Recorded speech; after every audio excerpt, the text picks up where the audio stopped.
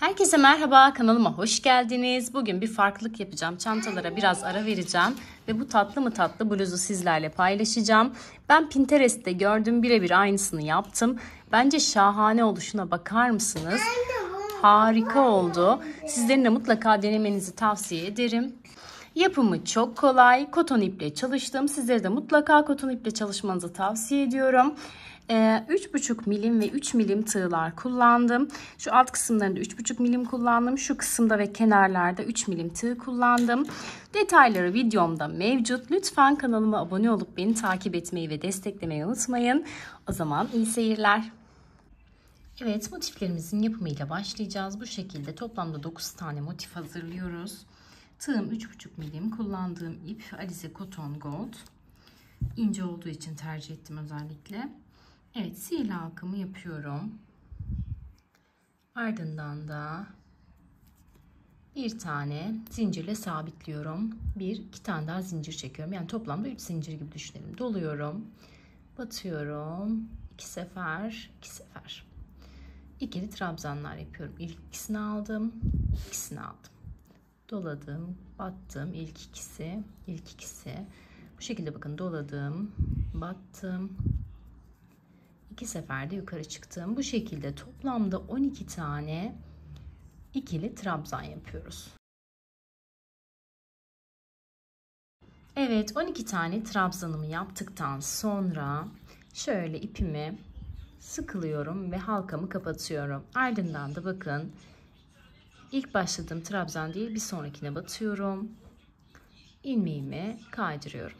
Ardından 2 zincirle yukarı çıkıyorum. Şimdi aşağıda yaptığımız 12 tane trabzanın her birinin tepesine ikişer defa trabzan yaparak bu sırada 24 tane trabzan ulaşıyorum. Bakın her trabzanın tepesine 2 tane trabzan yapıyorum. 12 olan trabzan sayım bu sırada 24'e çıkacak.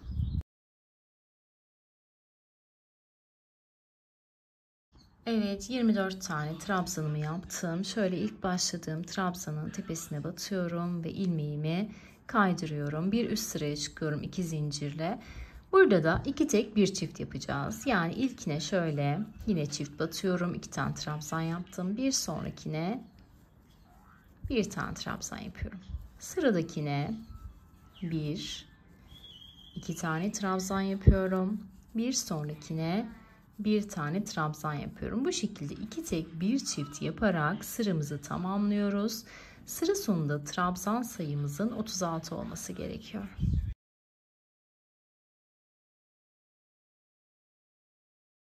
Evet, sıra sonuna geldim. 36 tane ilmeğe ulaştım. Ulaşamadığınız noktada sona çift batarak ulaşabilirsiniz. Yani bir tane fazla batarak ulaşabilirsiniz. Burada önemli olan 36 tane trabzan sayımıza ulaşmak.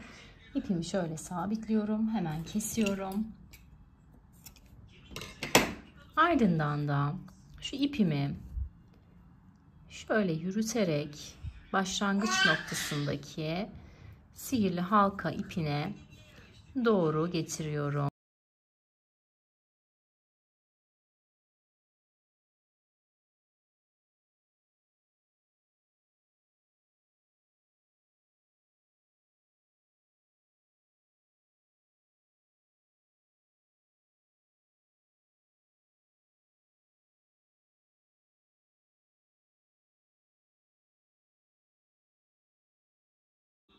Lila kısım için şöyle ilmeğimi hemen sabitliyorum. Ardından da bakın herhangi bir noktadan direkt batıyorum. İlmeğimi kaydırıyorum. Ardından 3 zincirle yukarı çıkıyorum. Daha sonra aynı noktaya bir tane ikili trabzan yapıyorum. İlk zincirimle birlikte 2 tane o trabzan. Aynı noktaya giriyorum. Bir tane daha ikili trabzan yaptım. Arada bir zincir çekiyorum. Burası köşemiz olacak. Bu noktaya yine 3 tane ikili trabzan yapıyorum. Evet, burası bizim köşe noktamız. Arada zincir çekmeden bakın doluyorum. 2 tane ilmek atlayıp üçüncüsüne giriyorum. Buraya yine ikili trabzan. Aynı noktaya tekrar ikili trabzan. Aynı noktaya tekrar ikili trabzan. İkili trabzan olarak 3 tane yapıyoruz. Doladım. 2 tane atladım. Üçüncüsüne giriyorum ve yine 3 tane ikili trabzanımı yapıyorum. Evet, gördüğünüz gibi doladım, 2 tane atladım, üçüncüye giriyorum ve yine köşeyi yapıyorum. Köşelerin arasında şöyle 2 tane üçerli trabzan grubumuz olacak. 3 tane yaptım, arada bir zincir ve yine köşemi yapıyorum. Sadece köşelerde arada birer tane zincir çekiyoruz. Normal şu araları yaparken zincir çekmiyoruz.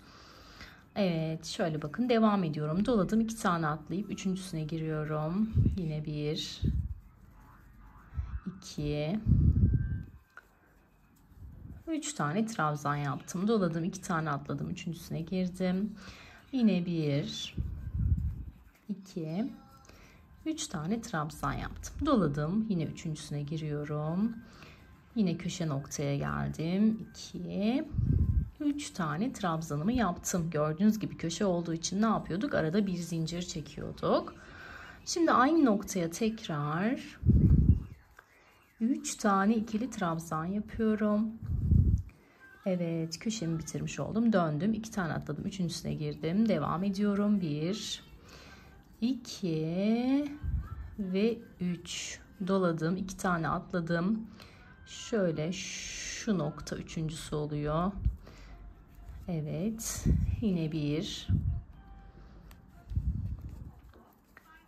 2 ve 3 devam ediyorum. Doladım, 2 tane atlıyorum, üçüncüsüne giriyorum. Yine köşemi yapıyorum. 2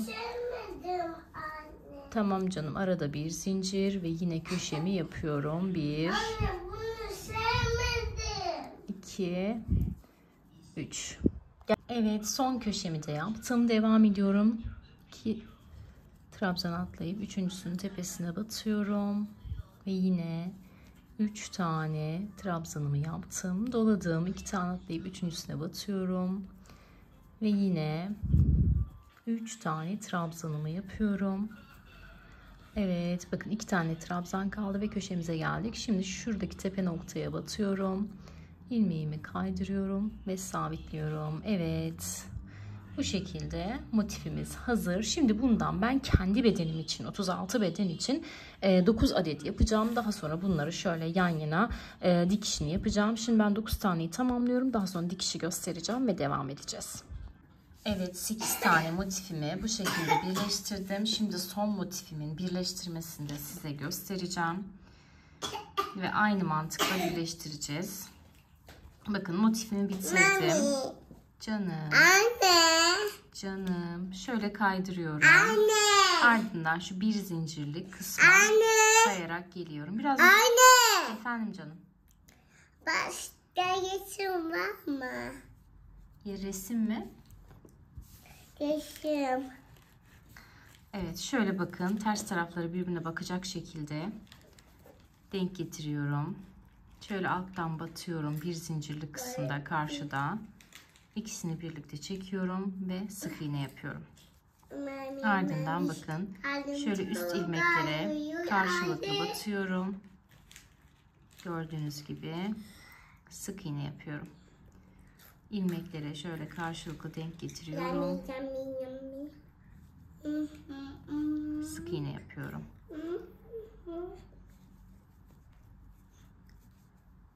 Şu aradaki kısma geliyorum. Yine sık iğne yapıyorum.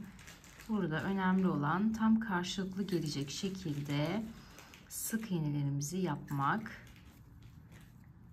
Bakın, şöyle göstereyim. Evet, şöyle bir görünüm olacak. Devam ediyorum. Bakın, bu şekilde sık iğnelerimi yapıyorum. Şimdi şuradan giriyorum. Bu aşamada çok kasmayın. Kasarsanız eğer, elinizi çok sıkı tutarsanız büzüş büzüş olur, güzel durmaz. Gayet orta oranda ilmeklerimizi kapatalım. Bu şekilde bakın.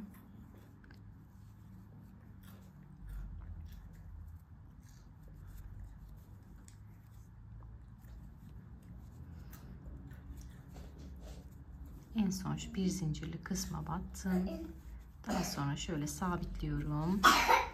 Ve bakın birleştirmemi yaptım. 8 tane motifi bu şekilde birleştirdikten sonra şimdi şöyle bir daire şeklinde birleştirme yapacağımız için. Evet bakın bu şekilde.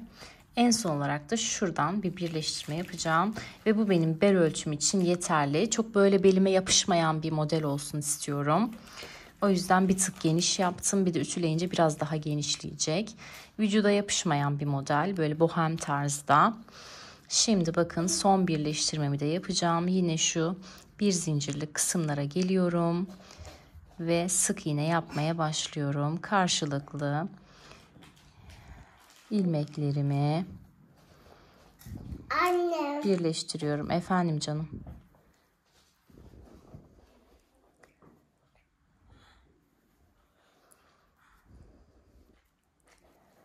Evet, gördüğünüz gibi birleştirmelerimizi bu mantıkla yapıyoruz. Şimdi ben burayı da tamamlayacağım. Daha sonra modelimize devam edeceğiz. Evet, birleştirmemi yaptım. Üzerinden de şöyle biraz ütüyle geçtim. Şimdi devam ediyoruz. Sarı rengimi alıyorum. Şöyle sabitliyorum. Ardından da örmeye başlıyorum. Herhangi bir boşluktan bakın şöyle giriyorum ve ilmeğimi sabitliyorum. Ardından 2 tane zincirle devam ediyorum. Şimdi bu noktaya 3 tane ikili trabzan yapıyorum. Doluyorum. Bir sonraki boşluğa giriyorum. Yine 3 tane ikili trabzan yapıyorum.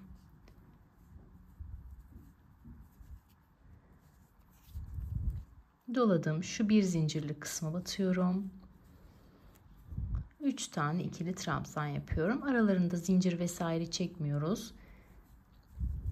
Doladım. Şuradaki bir zincirli kısma giriyorum. 3 tane ikili trabzanımı yapıyorum. Gördüğünüz gibi bu şekilde devam ediyorum. Yine trabzanımı yaptım. Evet bu şekilde trabzanlarımızı yaparak sıramızı tamamlayalım. Aralarda zincir vesaire yok. Direkt ikili trabzanlar yapıyoruz. Bulduğumuz her boşluğa 3'er adet. Elimizi sıkı tutmuyoruz. Gayet gevşek bırakıyoruz. Bakın duruşumuz bu şekilde. Şimdi sıramı bu şekilde tamamlayacağım.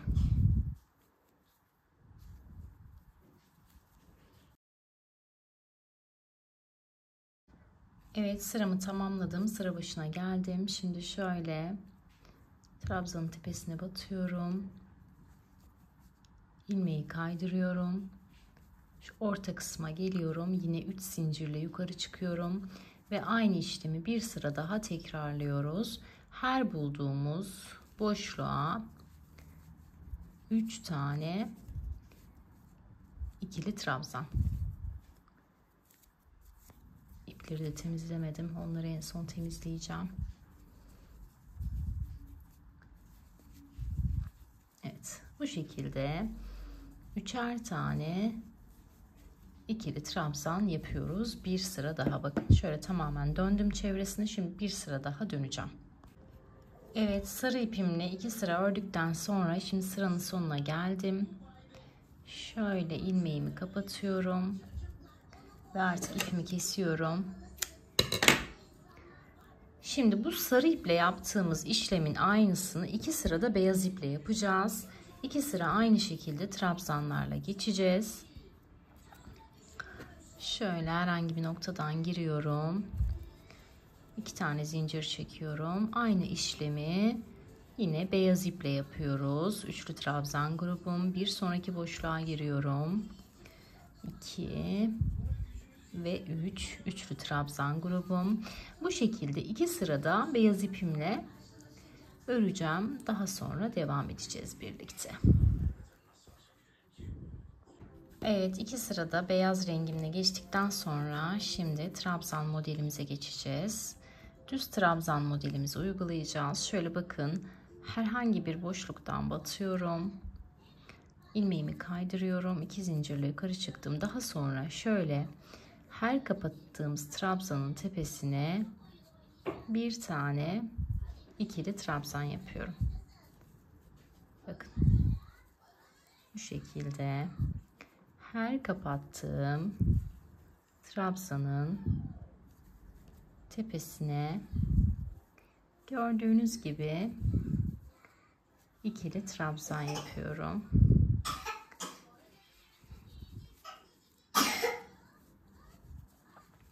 Evet. Bakın, bu şekilde bütün çevresini dolaşacağım. 2 sıra bu trabzanlardan yapacağım. Daha sonra koltuk altı kesmesiyle devam edeceğiz. Gördüğünüz gibi bu şekilde trabzanlarımı yapıp dönüyorum.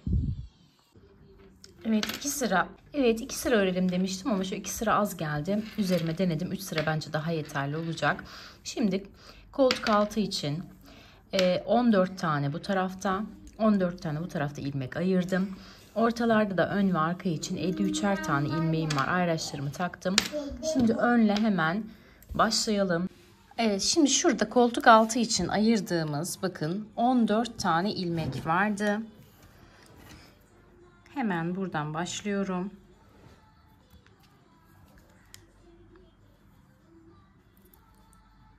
İlmeğimi kaydırıyorum ve daha sonra bütün ilmeklerime şöyle çakma trabzan yaparak bakın üçünü tek seferde toplayarak dolayıp batıp koltuk altını son kez geçiyorum böyle. Bakın çakma trabzanlarla doladım, battım, üçünü birlikte aldım, doladım, battım, üçünü birlikte aldım, doladım, battım, üçünü birlikte aldım, doladım, battım, üçünü birlikte aldım. Bu ayraç koyduğum noktaya kadar aynı işlemi tekrarlıyorum. Bakın çakma trabzan yaptım. Şimdi ayraç koyduğum noktaya geldiğim andan itibaren normal trabzan yapıyorum. Ta ki nereye kadar? Diğer ayraca kadar. Bakın şöyle bir oval geçiş olsun diye koltuk altında. Diğer ayraca kadar olan kısma kadar normal ikili trabzan yapıyoruz. Diğer ayracın olduğu noktadan yine çakma trabzan yapmaya devam edeceğiz. Bakın bu ön yüzü örgümüzün. Gördüğünüz gibi çakma trabzanlarla geldim bu noktadan. Şimdi normal trabzanlarla devam ediyorum. Bakın şu nokta. Daha böyle oval bir geçiş olsun, keskin bir geçiş olmasın diye böyle bir şey tercih ettim. Şimdi bu noktaya kadar ikili trabzan yapalım. Daha sonra devam edeceğiz. Evet, ilmek ayracına geldim. Şimdi bu noktada ayracımı çıkarıyorum. Şu aradaki 14 tane trabzanın üzerine çakma trabzan yapıyorum. Tek seferde aldım, battım, hepsini topladım, tek seferde aldım. Bakın şöyle bir girinti olsun diye hepsini tek seferde çekerek devam ediyorum. Şimdi ilk sırada önü ve arkayı bir öreceğim. Daha sonra arka ve önü ayırarak devam edeceğiz. Şu koltuk altındaki oval görüntüyü vermek için önü ve arkayı birlikte başladım. Sonra ayıracağız. Önce bir yüz öreceğiz, sonra diğer yüz öreceğiz yani. Evet, ayrıca kadar çakma trabzan yapıyorum. Geldim ayracıma, çıkardım ayracı. Şimdi ikili trabzan yaparak örgünün arka yüzüne geçtim.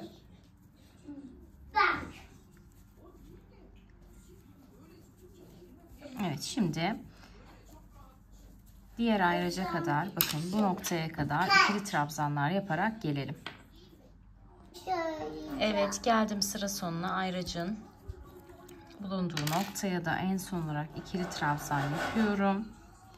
Sonra bakın burada yarım trabzanın başladığı noktaya şöyle batıp ilmeğimi kaydırıyorum. Şöyle baktığımız zaman bakın koltuk altı kısımları böyle hafif bir girinti olmuş oldu. Bakın burası da koltuk altı kısmı.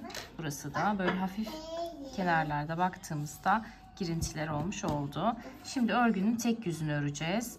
Önce ön yüz olarak başlayalım. İki tarafta zaten eşitti.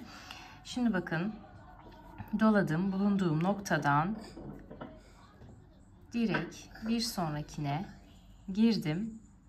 Buraya normalde bir tane trabzan yapıyorduk ya, bir sonrakine girerek bir tane kesme yapmış oldum. Buraya bir sık iğne yaptım bir sonrakine de. Şimdi devam ediyorum. İkili trabzan yapmaya. Yani şurada bir tane atladım, bir tane sık iğne yaptım ya, iki tane kesme yapmış oldum. Aradakileri iki tane trabzan kalana kadar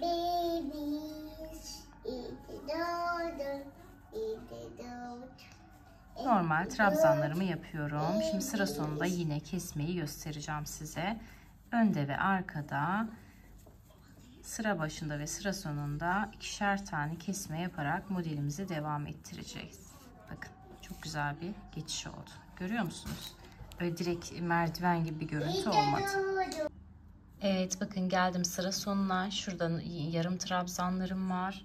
Şurada da gördüğünüz gibi iki tane trabzanım var. Direkt bakın sıradaki trabzana girdim, ilmeğimi aldım, beklettim. Bir sonraki trabzana girdim, ilmeğimi aldım, beklettim ve üçünü tek seferde kestim. Böylelikle kesme yapmış olduk. Doladım. Bakın normalde şu kısma basıyorduk ya, burayı atlıyorum. Bir sonrakine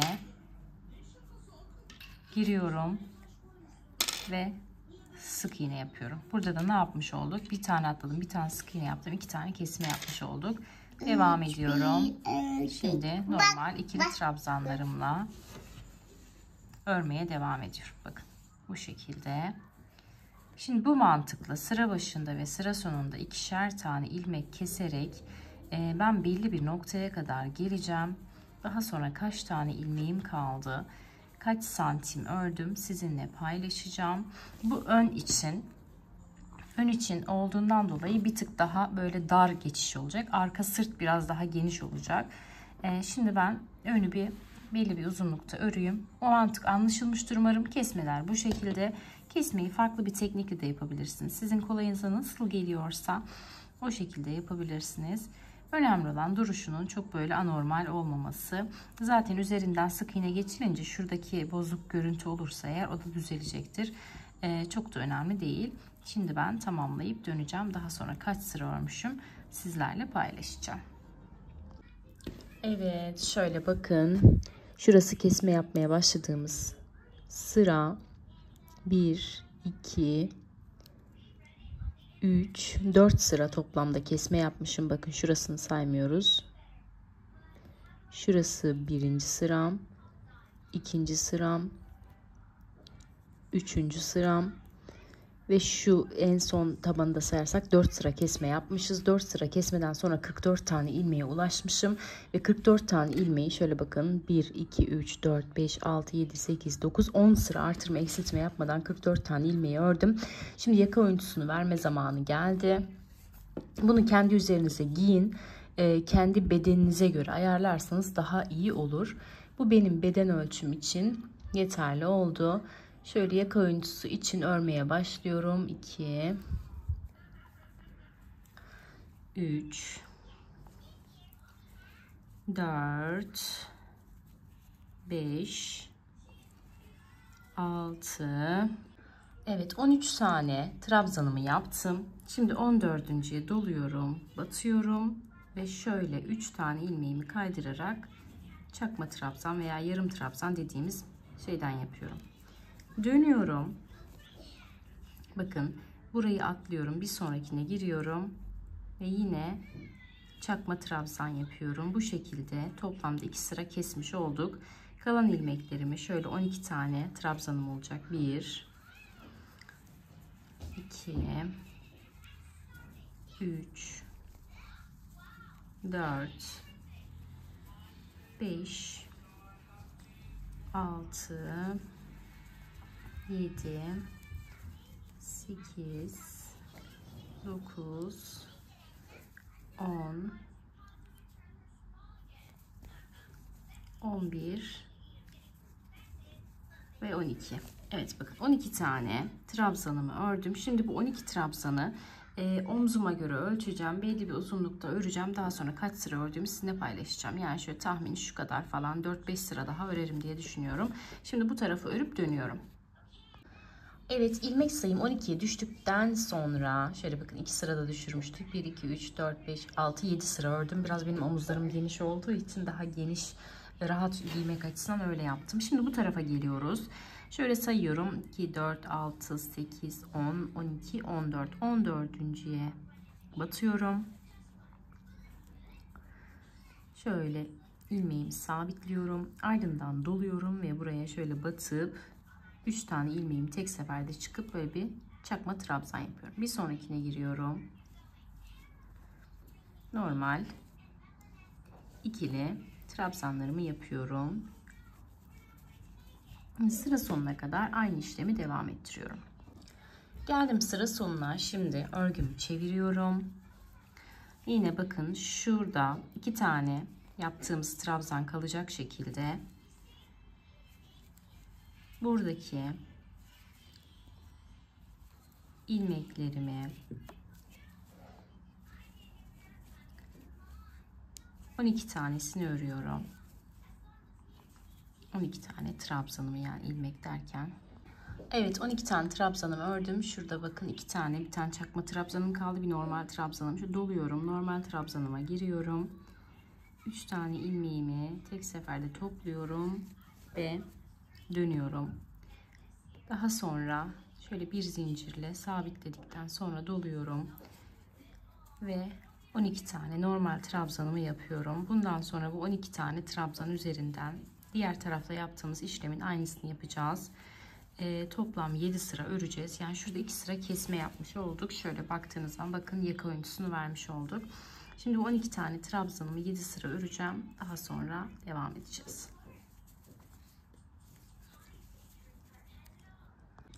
Evet, önlerin yaka kesmesini bitirdikten sonra şimdi arkayla devam ediyoruz. Bakın çok güzel oldu. Şahane oldu. Şimdiden bile çok güzel göründü gözüme. Şimdi arkayla devam edelim bakalım. İpimi sabitliyorum. Şurada bakın yarım trabzanlarla yaptığımız koltuk altı oyuntusu vardı. Onun bittiği noktadan şöyle ilmeğimi batırıp sabitliyorum. Zincir değil, pardon. Sabitliyorum. Daha sonra doluyorum ve buraya bir tane çakma trabzan yapıyorum. Burada da bir tane daha kesme yapmış olduk. Arkada çok kesme yapmayacağım. Çünkü sırt olduğu için biraz daha geniş olması lazım.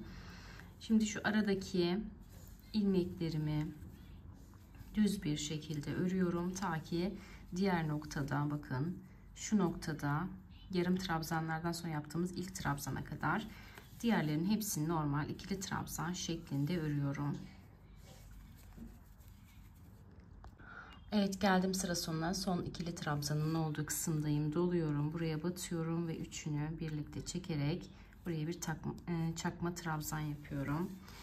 Dönüyorum. Bir zincirle sabitledikten sonra bir çakma trabzanı atlıyorum. Bir sonrakine giriyorum. Şimdi buraya bir tane çakma trabzan yapıyorum.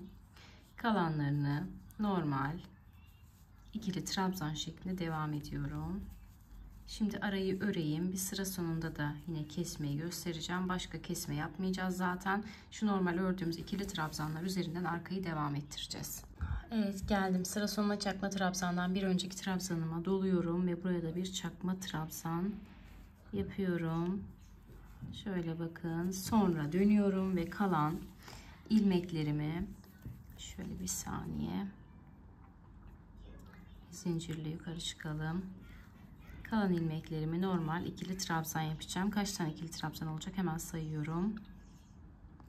Evet, saydım. Arka beden için 48 tane ilmeğimizi yine önde yaptığımız gibi belli bir aşamaya kadar düz bir şekilde öreceğiz. Daha sonra arkada da ense oyuntusu yapacağız. Bunun kadar derin olmayacağız. Biraz daha yukarıdan alacağız ense olduğu için. Şimdi önde 44 tane ilmek örmüştük. Arkada 48 tane ilmek örüyoruz. Düz bir şekilde öreceğiz. Daha sonra ben ne kadar ördüm sizlerle paylaşacağım. Hemen tamamlayıp dönüyorum. Evet, şöyle arka sırayı da bakın ön sıradan şu yaka kesmesi yaptığımız yerden 2 sıra daha fazla ördüm. Şimdi burada başka hiçbir işlem yapmadan direkt 12 ilmeği sağdan 12 ilmeği soldan şu kısımla aynı uzunlukta oluncaya kadar öreceğiz. Şöyle bakın 1, 2, 3, 4, 5, 6, 7 sıra daha yani. 7 sıra buradan 12 ilmeği, 7 sırada sondan 12 ilmeği öreceğiz. Daha sonra sırt kısmını da bitirmiş olacağız. Direkt bakın bulunduğum noktadan başlıyorum ve buradaki 12 tane ilmeğimi dediğim gibi 7 sıra daha örüyorum. Ardından da artık diğer detaylarla devam edeceğiz. Şimdi dediğim gibi tamamlayıp dönüyorum. Evet, aynı uzunlukta ördükten sonra bakın şöyle yukarıdan diktim, birleştirdim ve gördüğünüz gibi çok güzel duruyor. Şöyle arkadan da gösterelim. Bakın. Şahane oldu örgümüz. Şimdi şu alt kısmıyla devam edeceğiz. Bu alt kısma aynı şurada yaptığımız gibi işlem yapacağız. Yine ipimi sabitleyeceğim hemen. Bulunduğum noktadan ipimi sabitliyorum. Ve buraya yine 3'er tane ikili trabzan grubu yapıyorum. Gördüğüm her boşluğa, aralarda zincir vesaire yok. Turuncu ipimle bakın şurada yaptığımız işlemin aynısını burada yapacağız. 2 sıra turuncu ipimle bu trabzan gruplarımdan yapacağım. Gördüğünüz gibi şu bir zincirli kısımlara da yapıyorum.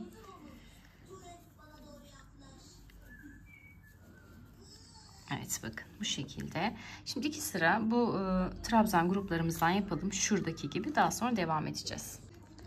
Evet, bir sıra turuncu ile gittim. Sonra turuncu ipimin azaldığını fark ettim ve sarı iple devam ettim. Şimdi 2 sıra sarı iple aynı işlemi tekrarladım. En önemli kısma geliyoruz. Püskül detayının yapımına. Bir tane sabitlemiştim. 2, 3 tane zincirimi çektim. Bakın bulunduğum noktadan şöyle ipimi esnetiyorum. Doluyorum. Batıyorum. Topluyorum. Doluyorum. Batıyorum. Topluyorum. Daha sonra bütün ilmeklerimi tek seferde çekip sabitliyorum. Ardından ilmeğimi yine uzattım. Doladım. Battım. Doladım. Battım. Hepsini bir anda topluyorum. Sabitliyorum. Ardından da bakın şu noktaya giriyorum. İlmeğimi kaydırıyorum. Daha sonra şu alta batıyorum. Şöyle çevresinden ilmeğimi çekip sık iğne yapıyorum. Ardından da 3 tane zincir çekiyorum. Bir saniye, şurası biraz gevşek olmuş. Bunu hemen daraltıyorum. Evet, bu noktayı biraz sıkı yapacağım. Daha sonra 3 zincir çekiyorum. 2, 3. Bakın ilk püskülümüzü yaptık. Şu boşluğa geliyorum. Batıyorum ve sık iğne ile sabitliyorum. Ardından yine 1, 2, 3 tane zincir çektim. İpimi uzattım, doladım. Battım, çektim, doladım. Battım, çektim. Daha sonra hepsini birlikte toplayıp sabitliyorum. Ardından tekrar ipimi uzattım, doladım, çektim. Tekrar doladım, battım, çektim. Bütün ilmeklerimi aynı anda toplayıp sabitliyorum. Daha sonra geliyorum, şu noktaya giriyorum ve ilmeğimi kaydırıyorum. Ardından şöyle altından batıyorum, dönüyorum ve buraya sık iğne yapıyorum. Daha sonra 3 zincirle çıkıp bu noktaya sık iğne yapıp sabitliyorum. Evet, püsküllerimizi bu mantıkla yapıyoruz. Son bir kez daha göstereceğim. 1, 2, 3 tane zincir çektim. İpimi uzatıyorum, doluyorum. 3. zincirime giriyorum. Çektim, bekledim. Doladım, tekrar batıyorum. Çektim. Hepsini aynı anda toplayıp sabitliyorum. Daha sonra ilmeğimi şöyle uzattım. Doladım, battım, çektim. Doladım, battım. Şimdi hepsini birlikte topluyorum ve sabitliyorum. Ardından bu noktaya giriyorum ve kaydırıyorum. Daha sonra şöyle alttan ilmeği çekiyorum ve sık iğne ile sabitliyorum. Tekrar 3 zincir çekiyorum ve geliyorum, sonraki boşluğa girip sık iğnemi yapıyorum. Evet, bu mantıkla bütün püsküllerimizi böyle etek kısmına, bluzun etek kısmına, her tarafına geçip gelelim. Evet, aşağı kısmı bu şekilde püskül geçtikten sonra şöyle yanları da kendi renginden turuncu renkli bir sıra sık iğne geçtim, daha düz dursun diye. Daha sonra şu üst kısmı sarıyla bir kez daha geçtim böyle renk katmak için. Kenarında gördüğünüz gibi morla geçtim. Şurayı da bir yine morla geçeceğiz. Kenarlar mor olacak, yaka kısmı sarı olacak.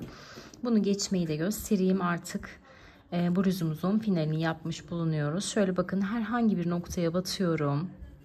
İlmeğimi kaydırıyorum. Bir zincirle sabitleyip sık iğne yapıyorum. Bir sonraki noktaya giriyorum. Sık iğne yapıyorum. Bu şekilde bütün çevresini sık iğnelerle geçiyoruz. Evet, alt kısmının püsküllerini bakın bu şekilde geçtim. Daha sonra da kenarlara bu şekilde renkli iplerimle sık iğne geçtim.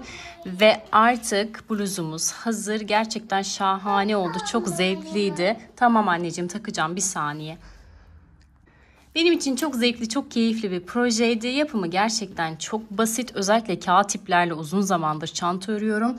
Ve ellerimi çok yormuştu. Bu çok iyi geldi. Bir mola oldu. Bence renklerin uyumu da şahane. Pinterest'in birebir aynısını yapmaya çalıştım. Sadece şuradaki turuncu orada bir tık açıktı. Onu tutturamadım ama bence böyle de gayet canlı ve güzel oldu. Bu XS beden için uygun. S'ye bir tık dar gelebilir, daha bol durmasını istiyorsanız eğer. Sizler bedeni büyütmek için ne yapabilirsiniz? Şurada ben 9 tane motif kullandım. S beden için 10 motif. İşte M beden için 11 motif yaparak yukarısını kendi zaten mantığını anladığınız ayarlayabilirsiniz. Ve bu şekilde bedenini artırabilirsiniz. Deneyeceklere kolaylıklar diliyorum. Lütfen kanalıma abone olup yorum yapmayı unutmayın. Başka bir projede görüşmek dileğiyle. Hoşça kalın.